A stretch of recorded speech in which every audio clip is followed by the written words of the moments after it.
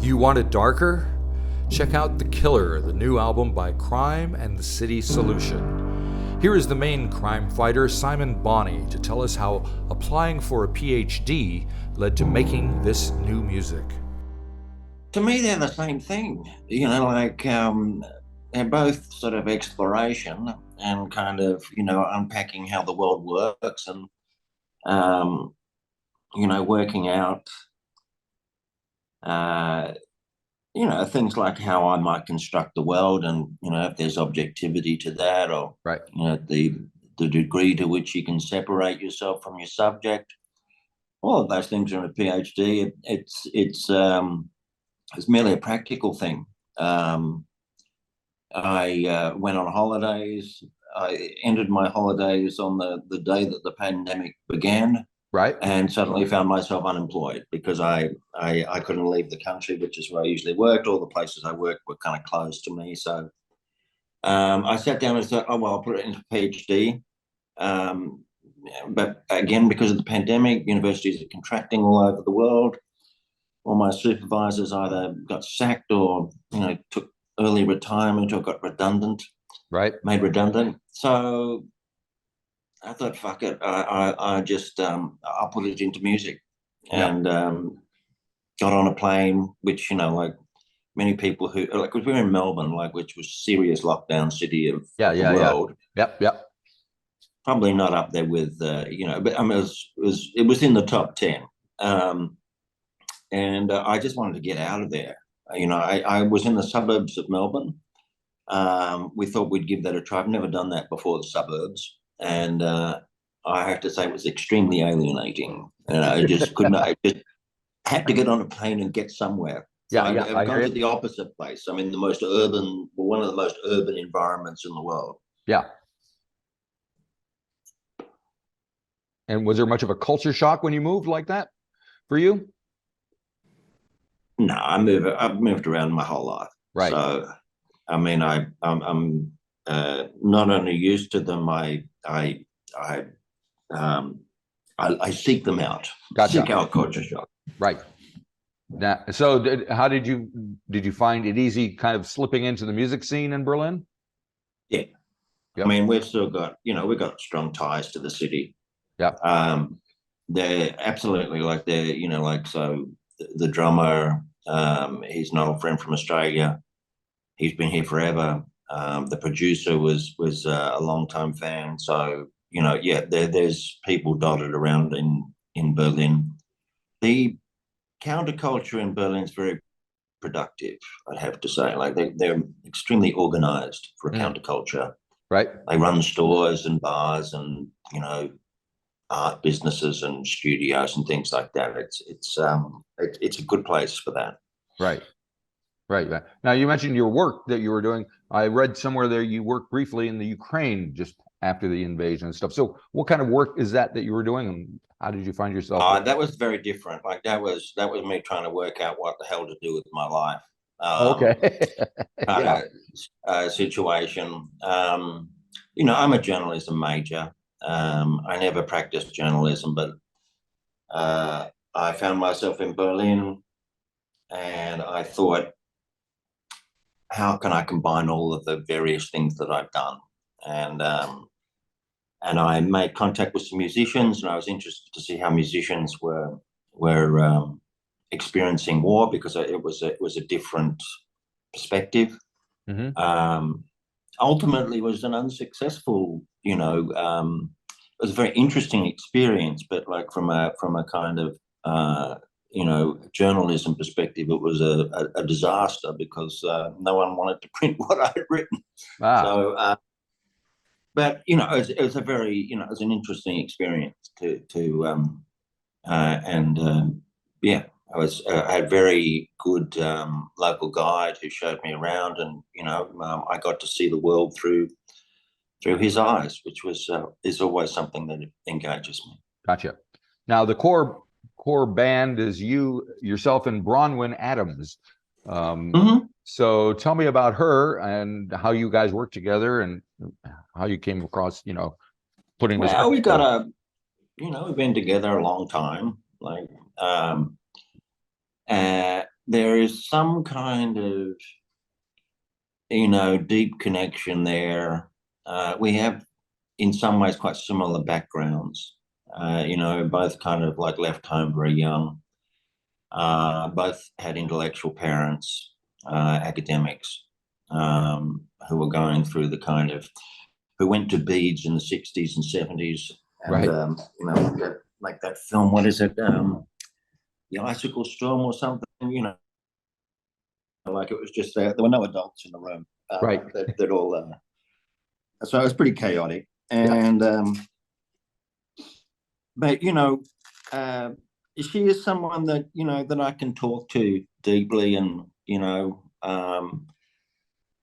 if I'm looking at doing, trying to understand how to do construction, like of, of a worldview, like, and to look and explore that, she's someone that will always have a very, thoughtful, contribution to that. So she's someone that I discuss things with at that early stage.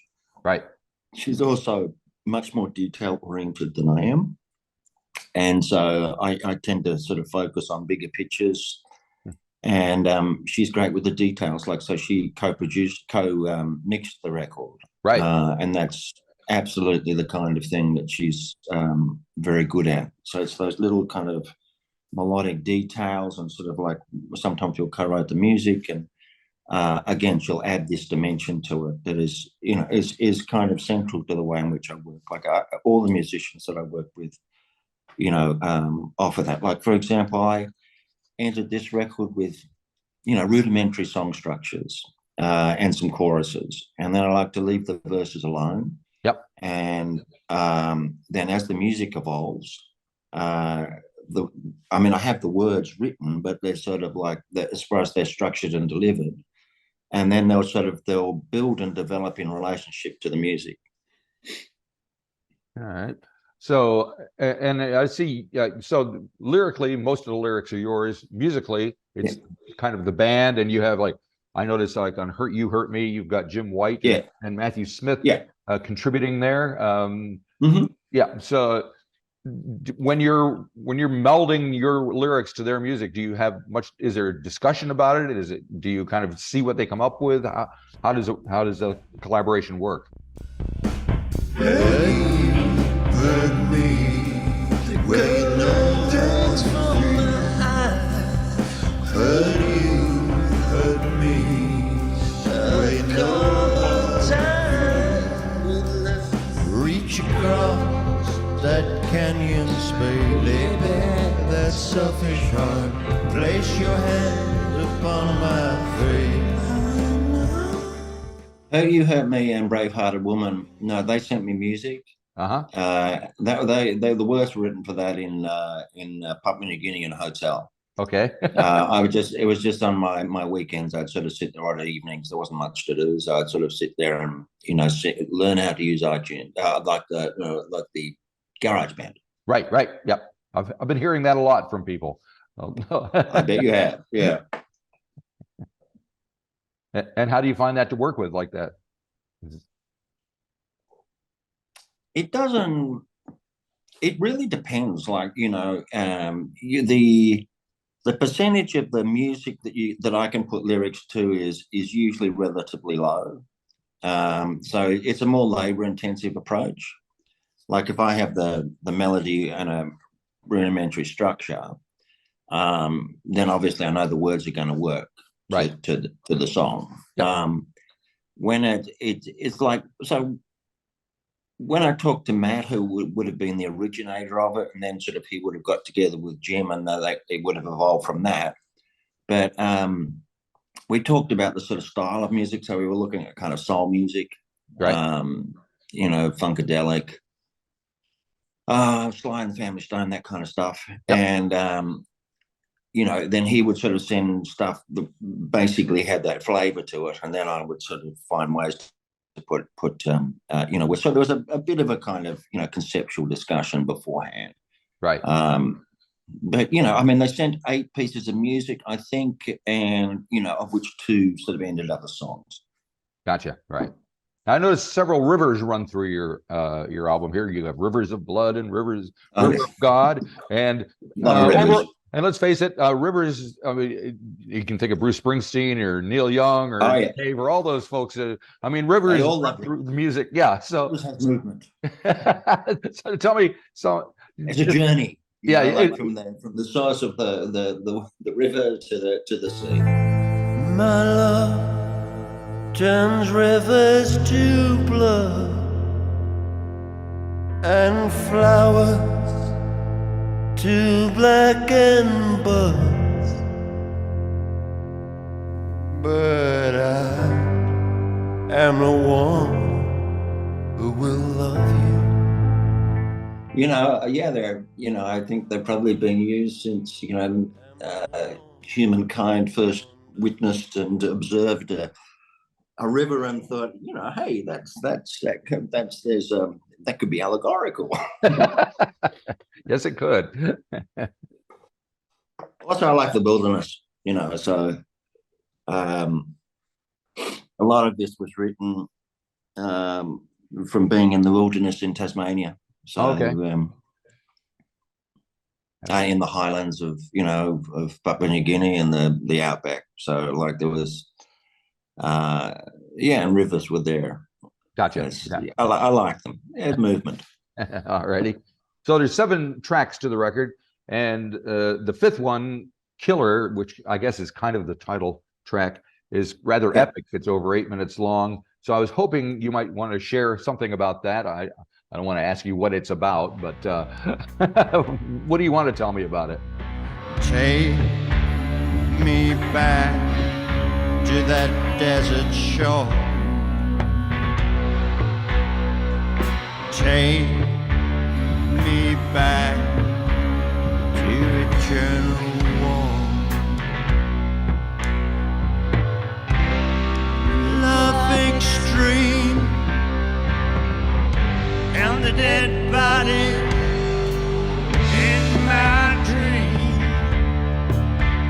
in the service of selfish men, where the truth wriggles and bends. It's the central story in the record, which is just, I spent a lot of life trying to find this one thing that I could believe in and get behind. Mm-hmm. I've seen it in other people, like I've seen people join the police force, to belong to a brotherhood, or or I've seen, I've been to when I was in Bangladesh, went to a mosque, and it was just absolutely jammed packed. There was no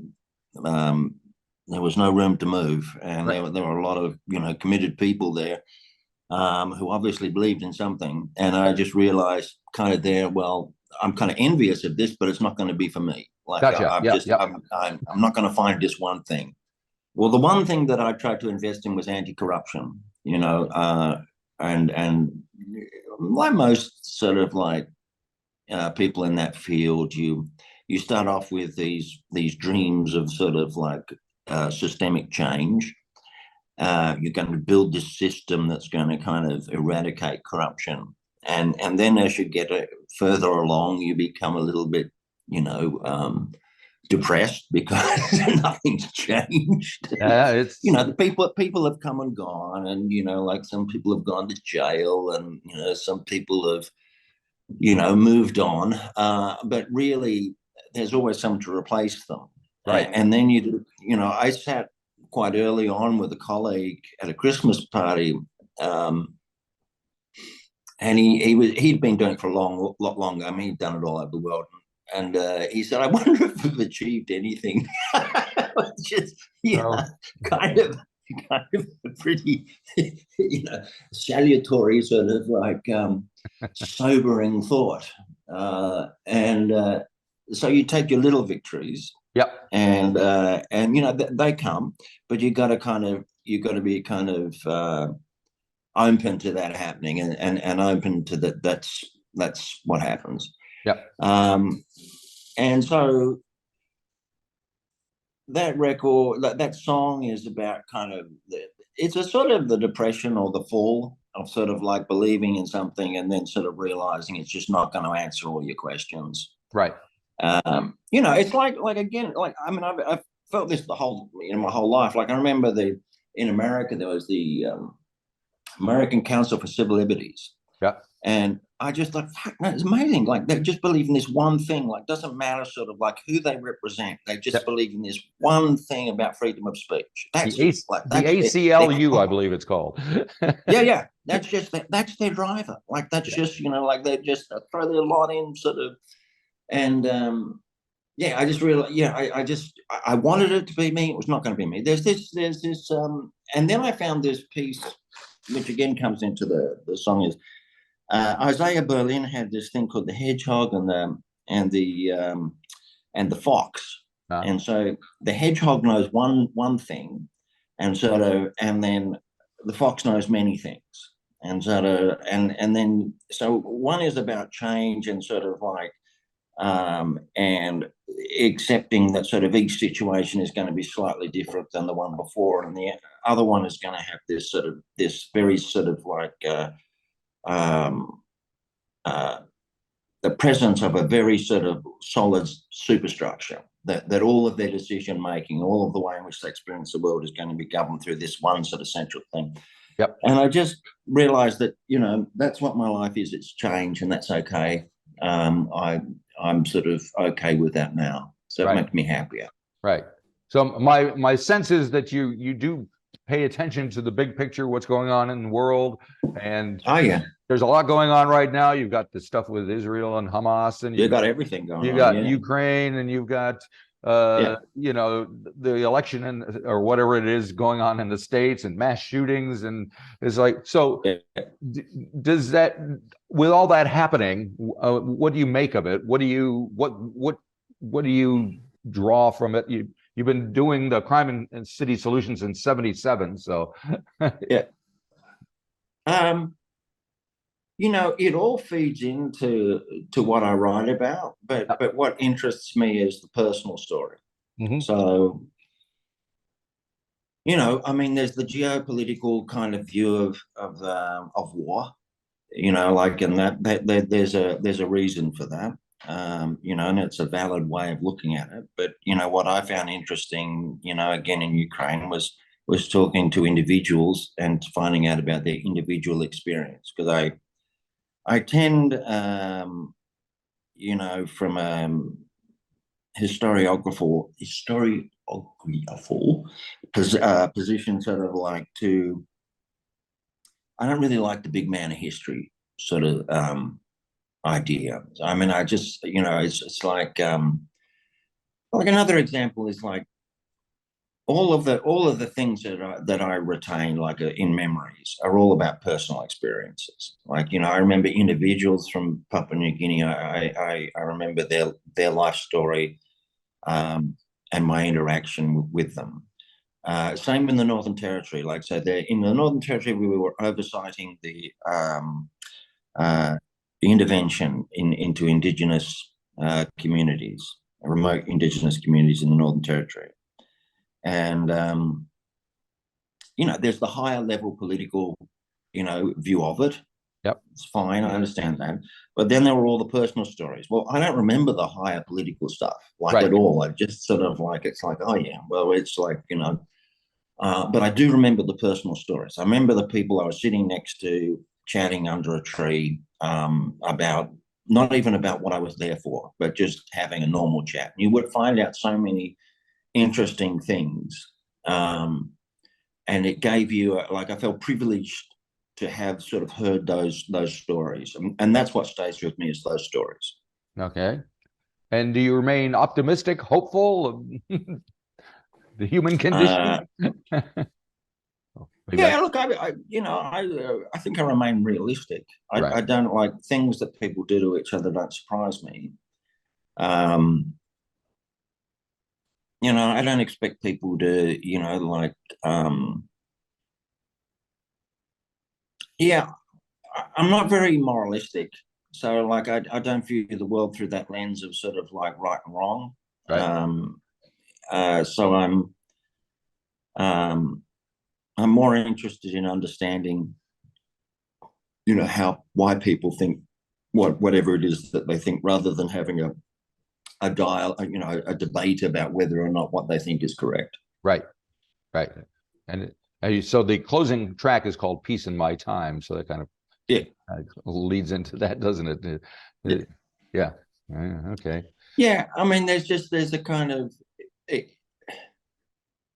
the greatest happiness I've ever had, and also which I've witnessed in other people, is accepting the world as it is. Right. I mean, there are people in Papua New Guinea whose daily lives would anyone in Australia would sort of think, well, how can you even, that's such a frightening way to live, with those high levels of violence. And yet, there are people in Papua New Guinea who are incredibly happy. Yeah. And also ones who are very sad. It's sort of like the material things in their life are kind of, that's an aspect of their life, but it's not the whole thing. I feel grateful for experiencing the world outside of, Australia, and seeing the challenges that people have, and just seeing the,